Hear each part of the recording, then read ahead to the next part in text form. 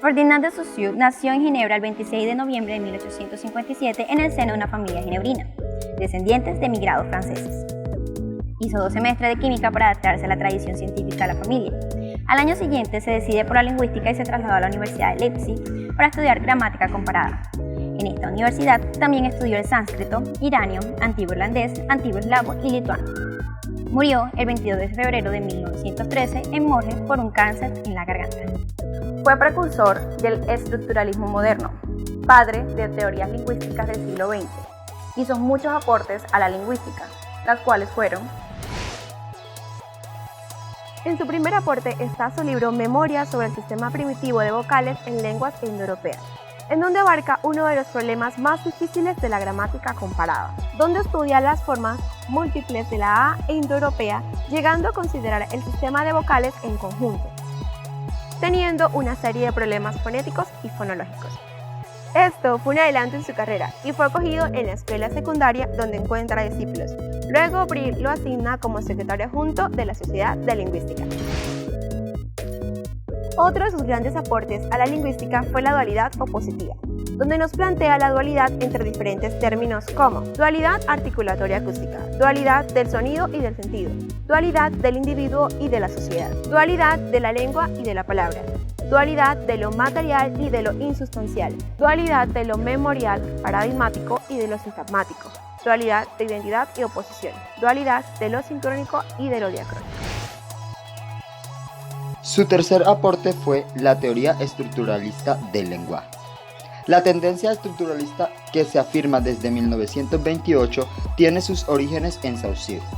Aunque este nunca enfatizó el nombre estructuralista, sus aportes fueron las bases para el estructuralismo. En su cuarto aporte tenemos la dicotomía del lenguaje, lengua y habla. Lengua, según Saussure, es el sistema que pertenece a toda la comunidad lingüística. Por eso es de carácter social. Está en la mente de todos y cada uno de los hablantes. Por eso la lengua es mental. El sistema de la lengua no varía de un individuo a otro. Es, en síntesis, una totalidad en sí y un principio de clasificación. El habla es la parte del lenguaje que pertenece exclusivamente al dominio individual. Es el uso del sistema, o sea, de la lengua en la interacción cotidiana. Presenta un carácter efímero y completamente variable, de un caso a otro. Por eso, no puede ser objeto de estudio de la lingüística. Como quinto aporte tenemos el signo lingüístico, significado y significante. El signo lingüístico se define como la combinación mental de un concepto, es decir, el significado y la imagen acústica, o sea, el significante. Presenta diversas características. Su arbitrariedad. La arbitrariedad se presenta cuando no hay relación entre el significado y el significante, o cuando la relación es no natural. Su linealidad. El significante es lineal por cuanto representa el tiempo. Su inmutabilidad. La lengua, como herencia de los pueblos, se transmite de generación en generación y se recibe tal cual es. Su mutabilidad. La lengua, como institución social, está expuesta a la acción del tiempo. En su sexto aporte está el estudio de la lengua con la dicotomía entre sincronía y diacronía. Trabajó la lengua desde su punto de vista de la evolución, pero entendió también que los estudios lingüísticos pueden realizarse independientes de su tiempo, es decir, estudiar los procesos del lenguaje en un determinado momento. En su séptimo aporte explica las relaciones sintagmáticas y asociativas, en donde cada sintagma se opone al anterior y al posterior de la cadena hablada, y es en virtud de la oposición en donde adquiere su valor fundamental. Ha de pronunciarse en determinada secuencia respetando su sucesión temporal. En cuanto a las relaciones asociativas, dice Saussure, pueden basarse en la mera analogía del significado o en la simple comunidad de imágenes acústicas. Después de haber publicado el primer libro, donde aborda rasgos fonéticos y fonológicos de la lengua indoeuropea, y ser secretario adjunto de la Sociedad de Lingüística, regresa a Ginebra a ocupar cátedra en la universidad. Dejó de publicar obras, pero no dejó de trabajar. Su ausencia se debió a su extrema decisión de no volver a publicar ninguna nota sin antes haber asegurado los fundamentos de la teoría. Pero esto llegó a turbio y se puede evidenciar en su carta escrita a su amigo Millet, fechada el 4 de enero de 1894. Y dice: pero estoy muy harto de todo esto y de la dificultad que hay, en general, para escribir 10 líneas con sentido común en materia de hechos del lenguaje.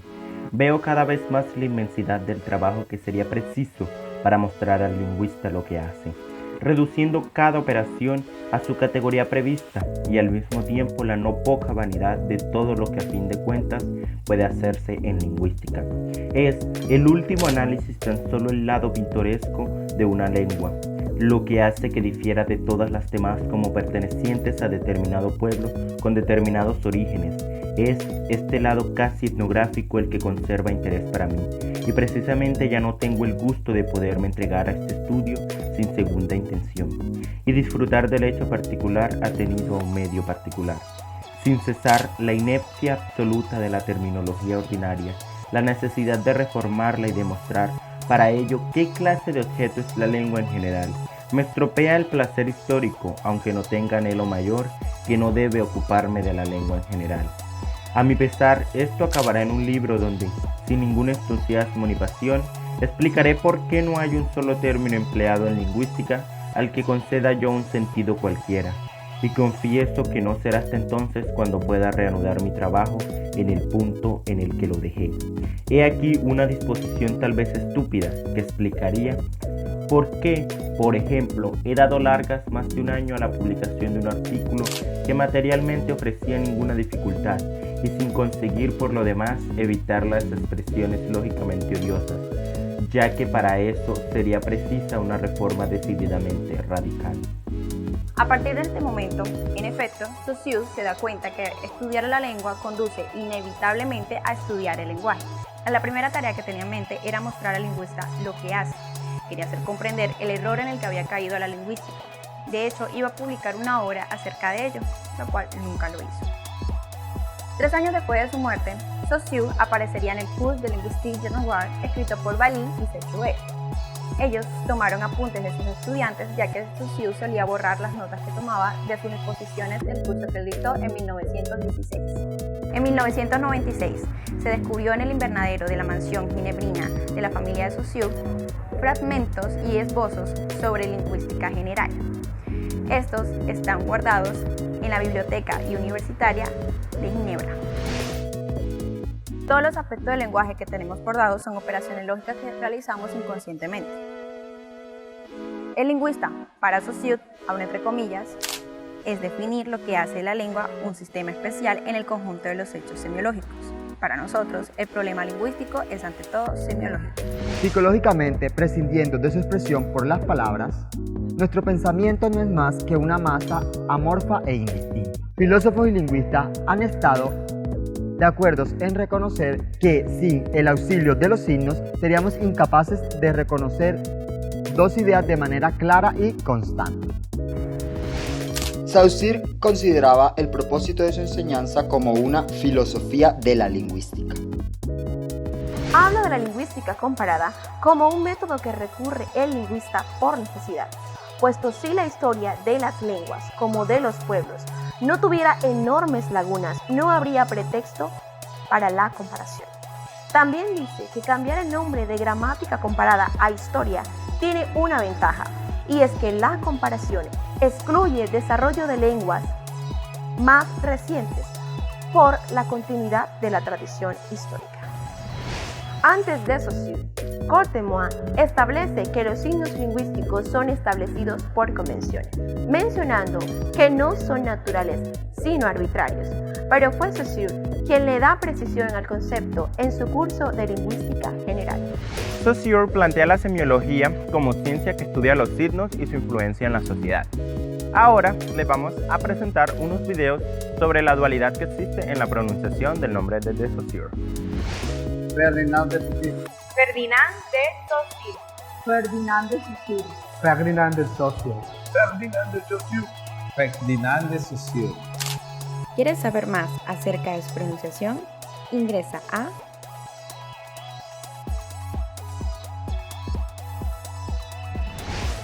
Y esto es todo por hoy acerca del padre de la lingüística moderna. Hasta la próxima.